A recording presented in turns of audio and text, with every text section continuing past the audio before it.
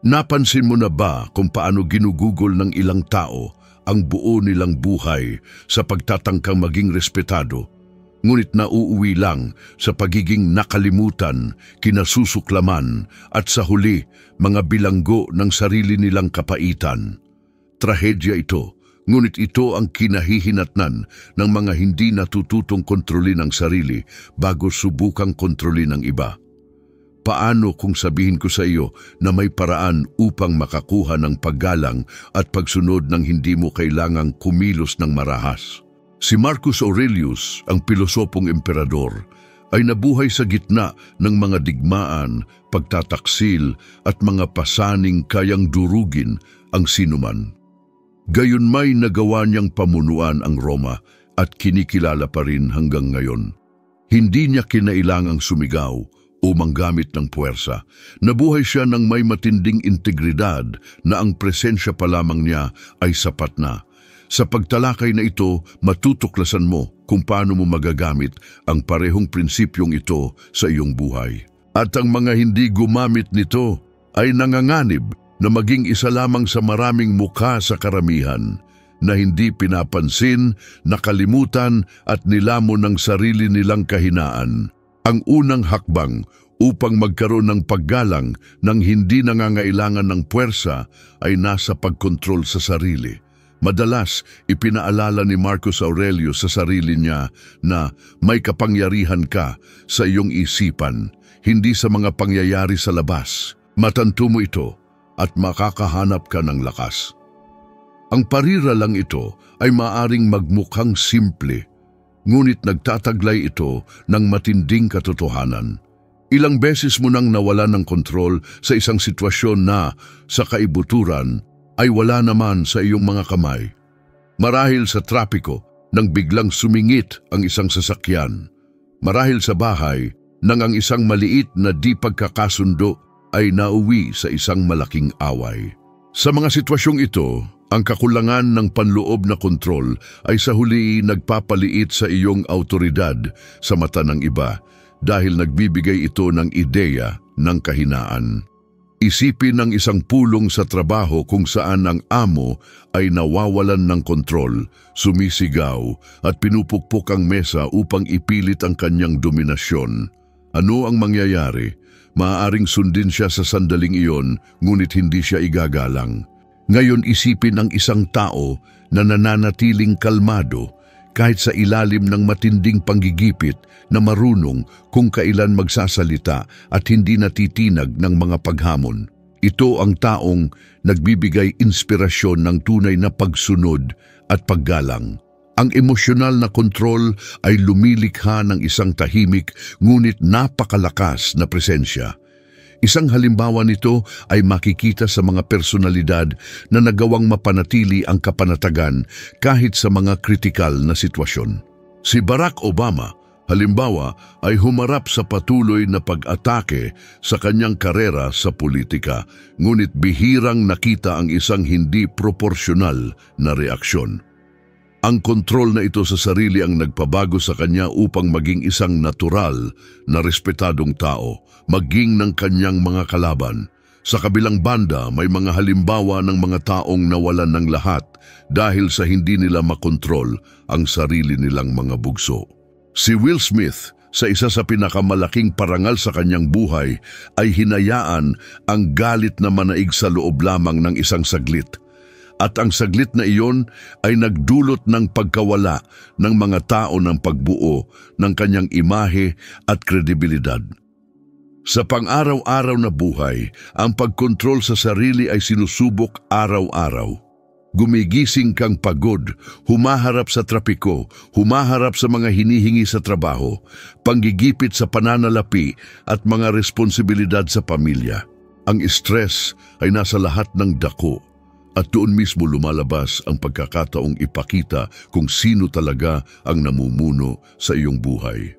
Ang isang stoic ay hindi ang taong hindi nakakaramdam ng galit o kalungkutan, kundi ang taong nakakaunawa na ang mga emosyong ito ay hindi maaaring mamuno sa kanilang mga kilos.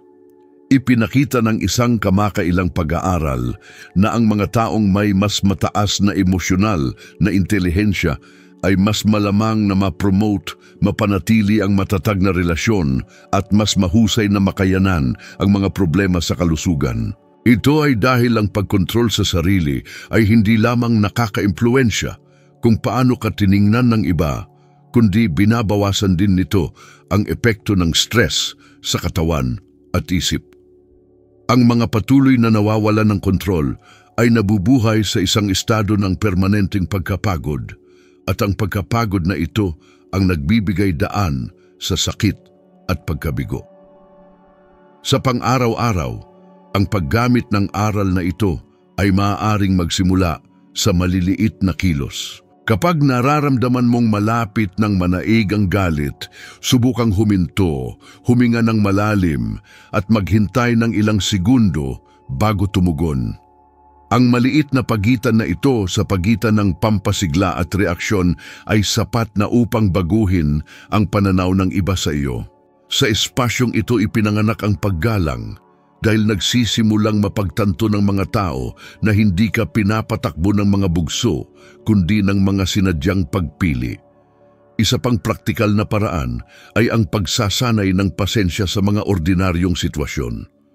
Kung nasa pila ka sa supermarket at may mas matagal na nakatayo kaysa sa nararapat, sa halip na magreklamo o mainip na bumuntong hininga, gamitin ang sandaling ito bilang isang pagsasanay sa pagkontrol sa sarili. Tandaan ang sinabi ni Marcus Aurelius, kung nababagabag ka ng anumang panlabas, ang sakit ay hindi dahil sa bagay mismo, kundi sa iyong pagtatasa nito. At ito ay may kapangyarihan kang bawiin sa anumang sandali. Ang pila ay hindi ang problema, kundi kung paano mo binibigyang kahulugan ang sitwasyon. Kung babaguhin mo ang interpretasyon, babaguhin mo ang karanasan. Sa paglipas ng panahon, ang pagkontrol na ito sa mga emosyon ay magbibigay sa iyo ng matatag na presensya, maging sa katahimikan. Mararamdaman ng mga tao na mapagkakatiwalaan ka, na hindi ka madaling mawalan ng kontrol, at doon lumilitaw ang pagsunod ng natural, ng walang kahirap-hirap. Dahil ang tunay na pinuno ay hindi ang nagpapataw, kundi ang nagbibigay inspirasyon. Ang pagkontrol sa sarili ang pundasyon ng inspirasyong iyon. Ang tunay na kapangyarihan ng impluwensya ay hindi nagmumula sa mga salita, kundi sa halimbawa. Sinabi ni Marcus Aurelius na ang kaluluwa ay nababahiran ng kulay ng kanyang mga iniisip, na nagpapakita na ang dinadala natin sa ating loob ay natural na sumasalamin sa ating mga saloobin. At ito mismo ang umaakit ng paggalang. Ang problema ay maraming tao ang humihingi ng disiplina, responsibilidad at paggalang mula sa iba, ngunit hindi naman nila kayang isabuhay ang mga pagpapahalagang ito sa kanilang sariling pang-araw-araw na buhay. Kapag may kawalang ayon, nawawala ang awtoridad. Sa trabaho, halimbawa, karaniwan nang makita ang mga pinuno na humihingi ng pagiging maagap, ngunit palaging nahuhuli sa pagdating. Mga magulang na humihingi ng katapatan sa kanilang mga anak, ngunit nagsasabi ng maliliit na kasinungalingan sa harap nila. Mga kaibigan na umaasa ng katapatan, ngunit hindi mahagilap kapag kailangan. Ang ganitong uri ng pag-uugali ay lubos na sumisira sa tiwala. Ang mga tao ay may napakatalas na mata sa pagtukoy ng mga kawalang ayon. At kapag nangyari iyon, automatiko silang humihinto sa paggalang sa mga hindi nagsasagawa ng kanilang ipinangangaral. Sa kabilang banda, may isang bagay na nakakaakit sa pag-uugali ng mga taong isinasabuhay ng eksakto ang kanilang ipinangangaral. Ang mga taong ito ay hindi nangangailangan ng malalaking talumpati dahil ang kanilang mga kilos ay mas malakas pa kaysa sa anumang salita. Isang magandang halimbawa ay si Cristiano Ronaldo. Binuo niya ang kanyang karera hindi lamang sa talento, kundi sa lubos na disiplina. Hindi niya kinailangang humingi ng paggalang. Ang kanyang dedikasyon, masinsinang pagsasanay, atensyon sa dieta, at ang paraan ng kanyang pagharap sa mga hamon ay nagsisilbing tahimik na patunay kung sino siya. Lumilikha ito ng isang natural na awtoridad na umaakit ng mga tagahanga sa buong mundo. Ang parehong lohika ay maaaring ilapat sa anumang larangan ng buhay. Isipin ng isang ina na nagtuturo sa kanyang mga anak ng kahalagahan ng pagbabasa, ngunit hindi naman mismo nagbubukas ng libro. Nawawala ang kapangyarihan ng mensahe. Ngayon isipin ang isang ina na nagbabasa araw-araw, na nagbabahagi ng kasiyahan ng kaalaman at imahinasyon. Hindi na kailangang kumbinsihin ang mga bata. Sinusunod lang nila ang halimbawa. Ito ang ibig sabihin ni Marcus Aurelius nang bigyang diin niya na ang ating nililinang sa loob natin ay hindi maiiwasang maging nakikita ng mundo. Ang halimbawa ay mayroon ding tahimik ngunit napakalakas na epekto sa mga relasyon. Sa isang mag-asawa halimbawa, kapag ang isa ay patuloy na humihingi ng paggalang ngunit hindi naman nagpapakita ng paggalang sa pang-araw-araw na buhay, isang siklo ng sama ng loob ang nabubuo. Gayunpaman, kapag ang isang tao ay nagpasyang kumilos ng may tuloy-tuloy na paggalang, kahit na hindi niya natatanggap ang pareho bilang kapalit, sa huli ay nagbubunga ito ng panloob na pagninilay sa kabilang partido. Para bang ang pagiging pare-pareho ay nagtatanim ng binhi ng pagbabago. Ipinapakita ng mga pag-aaral sa pamumuno na ang mga tao ay mas may posibilidad na magbigay ng kanilang buong suporta sa mga pinuno na nagpapakita ng integridad sa pamamagitan ng mga kilos, hindi lamang sa mga salita. Ito ay dahil ang mga tao ay natural na naaakit sa mga modelo ng pag-uugali na nagbibigay ng seguridad. At ang seguridad na ito ay isinilang kapag nakita natin ang isang tao na kumikilos ng eksakto sa kanilang sinasabi. Ang paggamit nito sa praktika ay maaaring magsimula sa isang bagay na simple. Kung gusto mong maging mas nakatuon ang iyong pangkat sa trabaho, simulan sa pagpapakita muna ng iyong sariling dedikasyon. Kung gusto mong maging mas nagkakaisa ang iyong pamilya, ikaw ang unang lumikha ng mga sandali ng pagkakaisa. Kung gusto mo ng mas maraming paggalang sa iyong lupon ng mga kaibigan, laging magsalita ng may paggalang kahit sa mga pinakamahigpit na sitwasyon. Unti-unti, mapapansin ng iba na ang iyong mga saloobin ay pare-pareho. At nang hindi mo kinakailangang pilitin, magsisimula silang umayon sa iyong pag-uugali. Isang mahusay na paraan upang sanayin ang prinsipyong ito ay ang paggawa ng isang personal na hamon. Sa loob ng isang buong linggo, pumili ng isang pagpapahalaga na gusto mong makita ng mas madalas sa mga tao sa paligid mo at isagawa ang pagpapahalagang iyon ng masigasig sa lahat ng sitwasyon. Kung ito ay pagiging maagap, laging dumating sa oras o mas maaga pa. Kung ito ay paggalang, ituring ang lahat ng may dignidad, kabilang ang mga madalas baliwalain tulad ng mga clerk, mga security guard o simpleng staff ng serbisyo. Kung ito ay disiplina, gawin ng eksakto ang iyong itinakda nang walang dahilan. Ang epekto ay hindi magiging agaran, ngunit sisimulang mapansin ng mga tao ang pagiging pare-pareho ng iyong pag-uugali at unti-unti ang pagiging pare-pareho na ito ay magiging paggalang at maging kusang pagsunod. Patuloy na ipinaalala sa atin ni Marcus Aurelius na hindi tayo dapat maligaw sa mga talakayan tungkol sa kung paano dapat ang mga bagay, kundi sa halip ay maging buhay na halimbawa ng kung ano ang ating inaasahan. Kapag naunawaan mo ito, mapagtatanto mo na ang katahimikan ng pare-parehong aksyon ay mas malakas kaysa sa 1,000 talumpati. Ang buhay ng isang nagbibigay ng halimbawa ay nagiging isang uri ng parola na natural na gumagabay at nagbibigay inspirasyon sa iba. At sa ganitong paraan, nakakamit mo ang pagsunod ng hindi kinakailangang kumilos ng marahas sa pamamagitan lamang ng pagpapatupad ng lubusan at patuloy ng iyong pinaniniwalaan. Mayroong isang punto na sumisira sa buhay ng maraming tao nang hindi nila namamalayan ang pagkahumaling sa pagkontrol sa mga bagay na lampas sa kanilang kakayahan. Araw-araw itong pinagnilayan ni Marcus Aurelius at ipinaalala niya sa sarili, huwag nang sayangin pa ang oras sa pagtatalo kung ano ang dapat na isang mabuting tao. Maging isa ka. Ipinapakita ng aral na ito na walang saysay ang paggugol ng enerhiya sa pagsubok na baguhin ang mga bagay na wala sa ating mga kamay o ang walang katapusang pagtatalo tungkol sa kung paano dapat ang mga bagay. Ang tunay na lakas ay nasa pagkilos sa mga bagay na nakasalalay sa atin. Sa mga panahong ito, karaniwan nang makita ang mga taong nalulunod sa pagkabalisa dahil sa kanilang pagsusumikap na kontrolin ang lahat. Gusto nilang kontrolin ang iniisip ng iba tungkol sa kanila. Gusto nilang kontrolin ang hinaharap.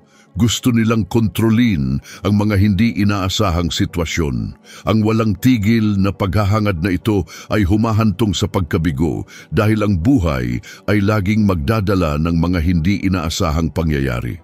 Ilang beses mo nang maingat na pinlano ang isang bagay, pero sa huli ay ibang-iba ang kinalabasan sa iyong inaasahan. Isang biyaheng nakansela, isang oportunidad sa trabaho na hindi natuloy, isang relasyon na natapos ng walang paliwanag.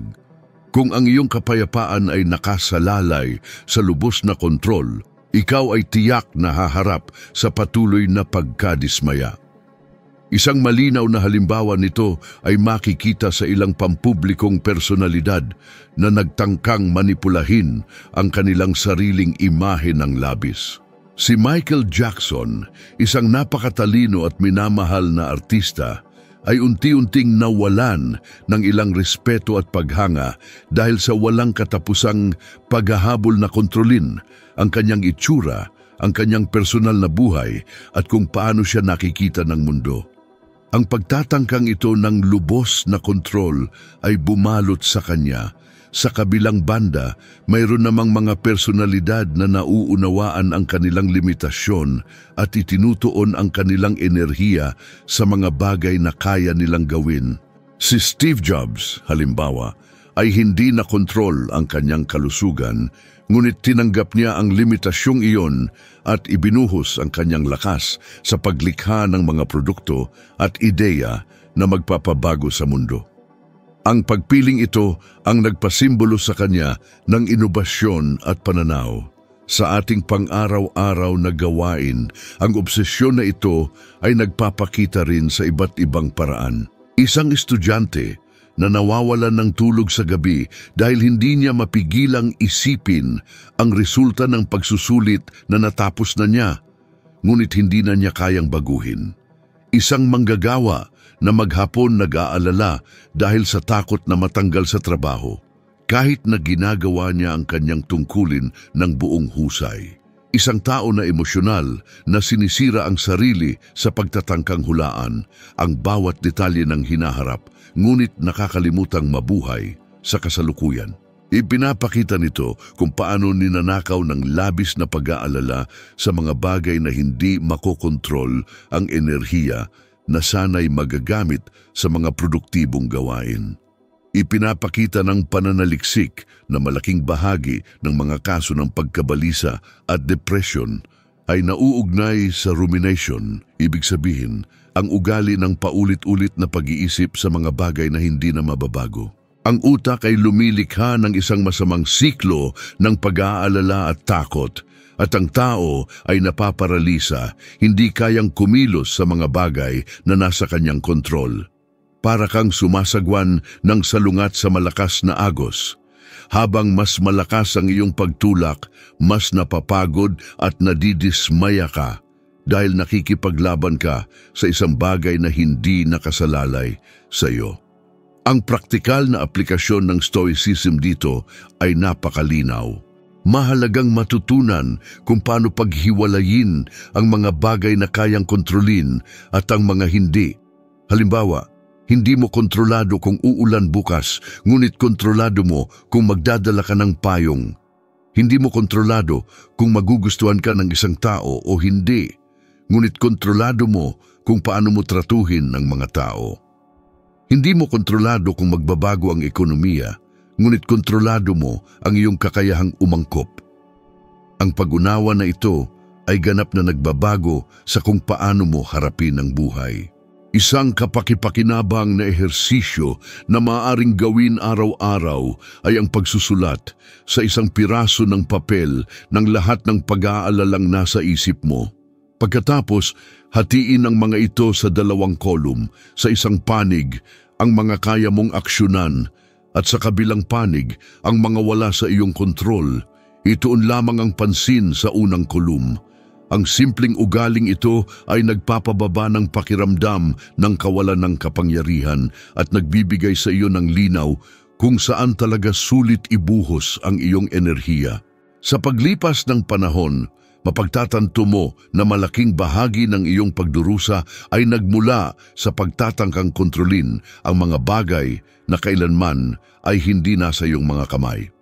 Si Marcus Aurelius ay mas nauunawaan ito kaysa kaninuman. Bilang isang emperador, hinarap niya ang mga digmaan, pagtataksil at mga sakit na sumira sa imperyo.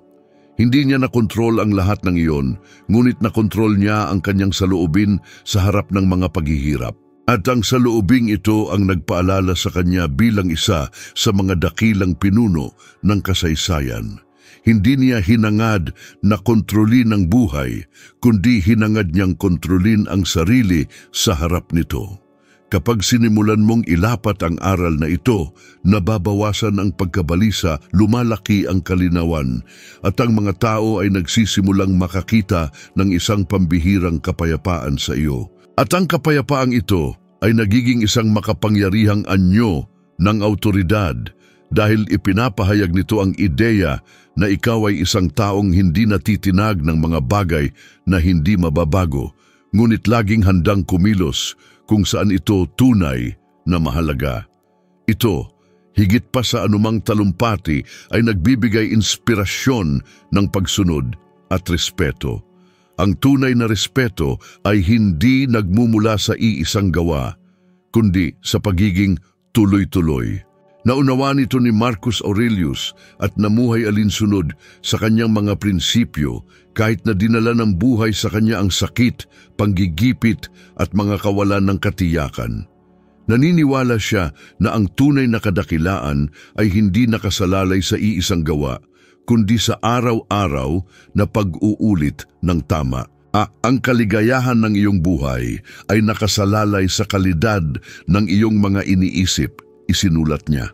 At nangangahulugan ito na hindi kung ano ang ginagawa natin ng isang beses ang nagbibigay kahulugan sa atin, kundi kung ano ang pinipili nating linangin araw-araw. Ang kawalan ng pagiging tuloy-tuloy ay isa sa pinakamalaking dahilan kung bakit napakaraming tao ang hindi nakakamit ng awtoridad sa kanilang buhay. Isipin ang isang taong nagpasyang maging disiplinado sa Lunes, ngunit inabandona ang lahat sa Martes. Sino ang nangangako ng pagbabago, ngunit hindi pinaninindigan ang pangako ng higit sa isang linggo? Ang mga nagmamasid mula sa labas ay mabilis na napapansin ang kawalang katiyakan na ito at walang nakikitang dahilan upang magtiwala. Kung walang tiwala, walang respeto. Kaya nga maraming pampublikong personalidad ang nawala ng kredibilidad. Si Britney Spears, halimbawa, ay nakamit ang tugatog ng tagumpay, ngunit ang patuloy na kawalan ng katatagan sa kanyang personal at profesional na buhay ay humantong sa pagtatabing sa imaheng kanyang binuo. Ngayon, obserbahan ang kabaligtaran tulad ng kay Keanu Reeves. Siya ay hindi iginagalang lamang dahil sa kanyang mga papel sa sinehan, kundi dahil sa kanyang pagiging tuloy-tuloy, sa pagiging simple, magalang at mapagpakumbabang tao sa harap at likod ng kamera. Hindi niya kinailangan lumikha ng artipisyal na imahe. Hindi niya kinailangan mamuhay ayon sa panlabas na anyo. Nanatili lamang siyang matatag sa kung sino siya. Ang ganitong uri ng pagiging consistent ay lumilikha ng napakalaking tiwala na nagiging paghanga. Para bang sinasabi ng mga tao, alam ko eksakto kung ano ang aasahan mula sa taong ito at iyon ang dahilan kung bakit ko siya iginagalang. Sa pangkaraniwang buhay, ang pagiging tuloy-tuloy ay siya ring pundasyon ng anumang matatag na relasyon. Isipin ng isang ama na isang araw ay nagpapakita ng pagiging present, mapagmahal at maalalahanin, ngunit sa susunod na linggo ay emosyonal na nawawala. Hindi tumutupad sa kanyang mga pangako at inilalagay ang kanyang mga anak sa pangalawang lugar. Ang pagbabago-bago na ito ay lumilikha ng kawalan ng katiyakan at nagtataboy ng respeto. Sa kabilang banda, kapag ang isang tao ay tuloy-tuloy sa kanyang presensya, pangangalaga at salita, bumubuo siya ng isang matatag na ugnayan na nakatatayo sa harap ng mga paghihirap.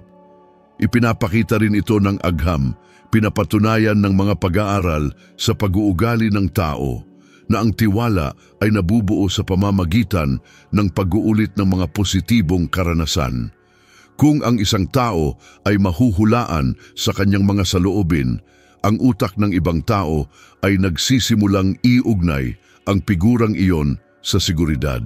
At ang seguridad na ito ang eksaktong lumilikha ng natural na awtoridad. Ito ang parehong prinsipyo na nangyayari kapag pinili mo ang isang brand kaysa sa isa pa. Hindi mo ito pinipili dahil ito ay naging magaling ng isang beses lamang, kundi dahil ito ay naging magaling ng maraming beses na magkakasunod. Ang parehong nangyayari sa mga ugnayan ng tao. Ang paglalapat ng aral na ito sa praktika ay hindi nangangahulugang pagtatangkang maging perpekto araw-araw, kundi ang pagiging tuloy-tuloy sa kung ano ang mahalaga. Kung magpasya kang maging tapat ka palagi kahit na tila walang kalamangan. Kung magpasya kang maging disiplinado, panatilihin ang disiplina kahit walang nakakakita. Kung magpasya kang maging magalang, tratuhin ang lahat ng may respeto, kasama ang mga walang kapangyarihan sa iyong buhay. Ang paulit-ulit na pagiging consistent na ito ay lumilikha ng isang tahimik na lakas na kinikilala ng mga tao, kahit na hindi mo kailangang humingi ng atensyon.